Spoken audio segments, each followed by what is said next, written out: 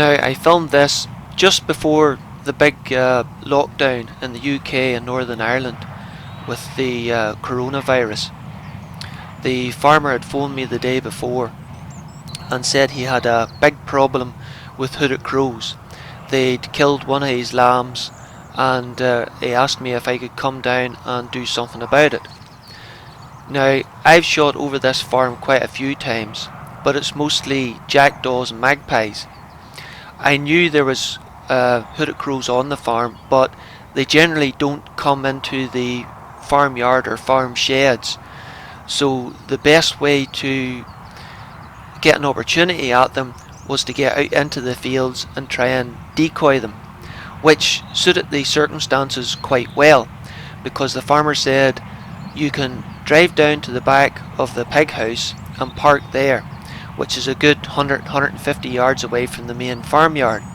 And he said, you'll not be anywhere near me and I'll not be anywhere near you. So initially I was self-isolating myself in a hide in a corner of a field. I'm using my usual setup of a dead rabbit split open and the guts exposed as bait, and a dead hooded crow set up in a little wire cradle to act as a decoy. The rifle I'm using is an FAC .22 FX Crown, and I'm filming through the Sideshot scope mount, which was provided to me by Giles from Airgun 101. Thank you very much, Giles. The camera is a Firefly 8 SE, which is the same unit as the air hunters from South Africa use on their channel, and they also provided a couple of 3D printed parts, a spacing collar and a mounting plate to allow you to fit this camera to the Sideshot, and thank you very much for that, fellas. Now, you can use the Firefly 8 SE because you can order it with a 90-degree non-distortionate lens, if that's the right way to pronounce it, which basically means you do not have to modify the camera's lens to get it to work with the Sideshot. Right, that was a bit long-winded. Let's get on with the hunt, shall we?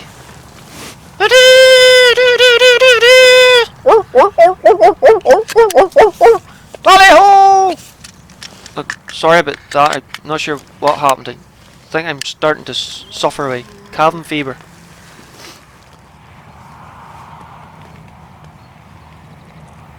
Anyway, back to the morning in hand. It takes a wee while, but the birds finally take an interest in the setup.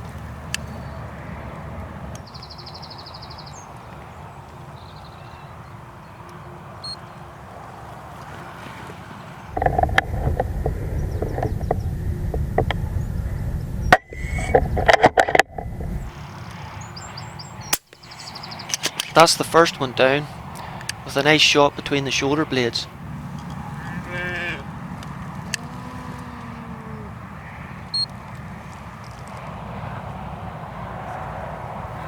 The sound of the shot seems to have disturbed the other corvids, but it's not hooded crows, but ravens. Now, these can cause problems at lambing time as well.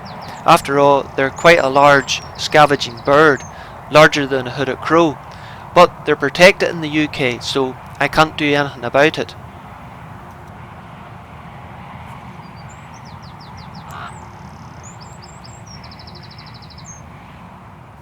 These birds were quite rare years ago, especially in this low-lying farmland, but they seem to be becoming more and more common these days.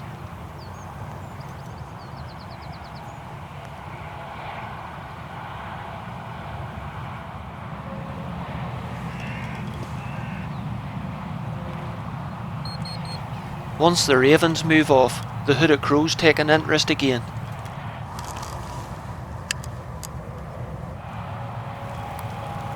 Ah, not quick enough. Now he's landed down the field a bit. I have the bait and decoy set up at about 35 yards because I'm comfortable with that range and I'm zeroed for that range. I'm using the JSB 25 grain jumbo monsters, and I have the crown tuned to put them out at 842 feet per second. That's 40 foot-pounds of energy. but I've noticed once you get to 50-55 yards, some of the pellets corkscrew badly, so I'm not happy taking any shots further than 40 yards. I know the rifle's more than enough energy to kill at longer ranges, but if you can't hit them consistently, you can't kill them, and it's dead crows that count here, not missed or wounded ones. But my patience pays off, and I get a closer opportunity. Oh, I'm going to have to try and find a way to mute that beep. But he's still in range, if he doesn't fly off, that is.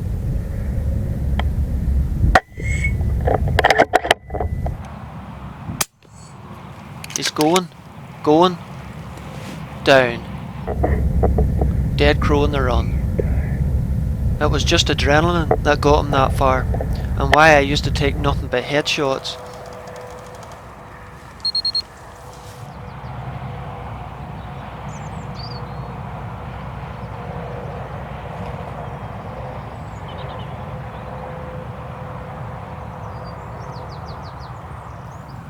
One of the ravens has made a reappearance, but he's not interested in the rabbit, but rather more doing some sort of mock or practice courting ritual. I think maybe we'll give him a rest here in case he embarrasses himself on camera. The hooded crows seem to be taking it easy down at the pond. Well, it's rather more a mucky puddle at the bottom of the field. But it does seem to be popular. They're about 130 yards away, well beyond what I want to stretch with the air rifle at the minute anyway. But something with a wee bit more of a bang to it would definitely have them worried at this range.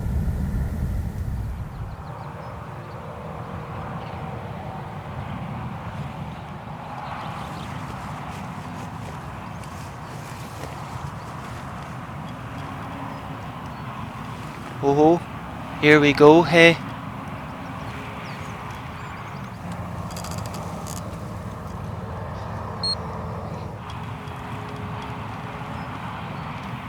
Nope, he seen something he didn't like. Maybe it was me moving the barrel to the right that spooked him.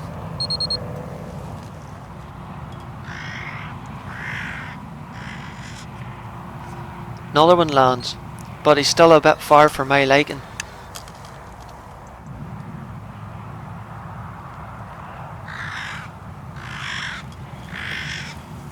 Thankfully though, he drops in at the perfect range. But he doesn't stay there long. He's really agitated.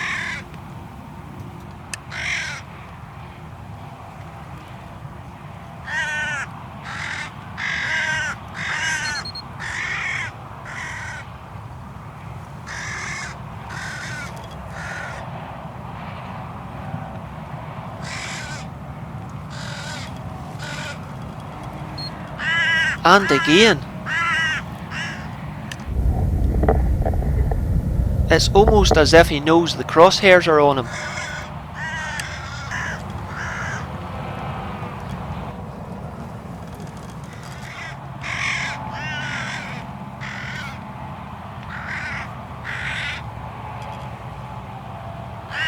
Surely this time. Ah! It's like somebody standing behind me waving a red flag or something. His mate's still there, but I'm still not comfortable shooting at that range. I have a tin of JSB Hades at home, but I didn't have the time to re-zero the rifle for this morning. But I think I'll be setting up the crown for them for the next hunt.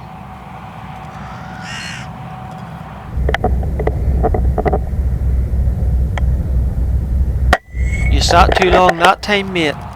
But he's on the run. Going. And he's down. I thought I'd actually wounded him there, but he took 40 foot-pounds of 25 grain JSB and still ran 20 yards. Hooded crows can be tough birds. I've even seen one take off, fly round in a circle, then drop dead out the sky after taking a hit with a 22 Magnum. I left the hide to make sure, but yep, he was dead. So I decided to take the opportunity to reset my decoy pattern to see if I could get another opportunity or two. I set all 3 birds that I had shot up as decoys, setting one of them over the top of my original decoy to make it look as if they were fighting. Hopefully that would jeer the birds up into response again. I'm using the bush chair height again and have it pushed into this gorse bush to stop it from standing out too badly.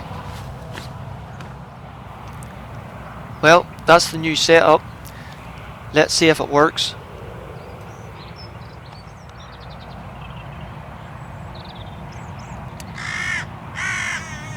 Well, I certainly have their interest anyway.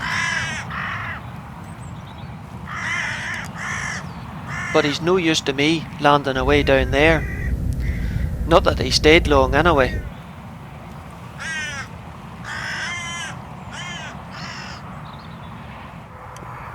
Well, that was all noise and no result, unfortunately. Until this bird landed. And it was so subtle and quiet, I hardly even noticed him, as he landed in tight with the other decoys. It's funny how some birds make a racket when they land, and others like this sneak in like a ninja in Nikes.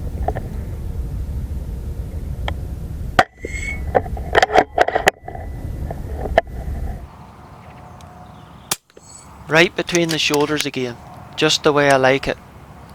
That bird's not running anywhere.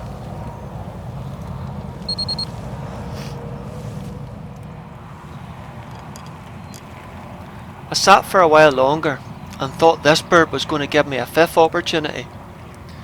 But all he done was flap overhead and then clear off. Who said I should have brought the shotgun? Who was it? Come on, I heard ye.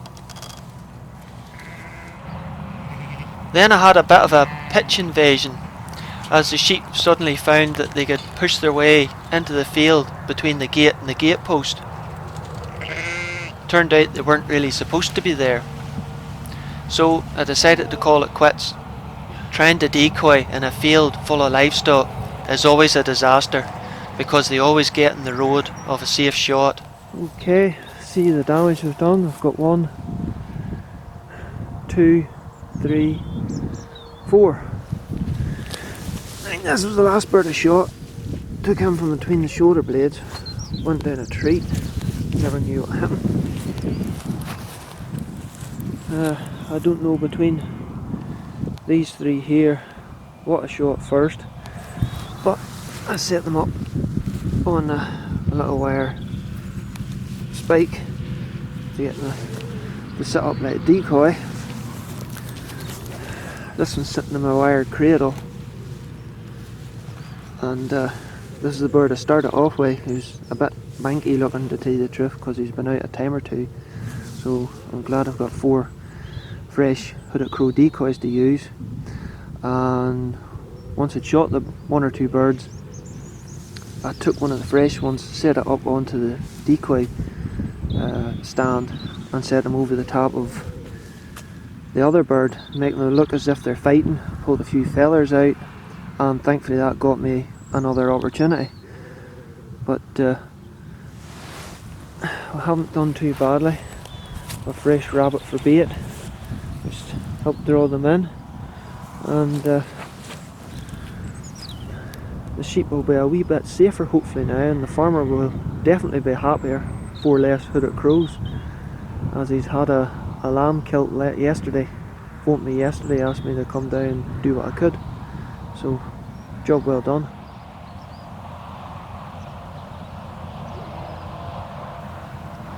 I'll just tidy the field up behind me before I go. And before I went, I noticed this Texel ewe caught in the gate. I doubt its hips were a wee bit broader than the rest of the sheep that snuck through the gateway into the field. So I calmly walked down to it and cut the rope holding the gate to let it free. Well, that's my good deed for the day.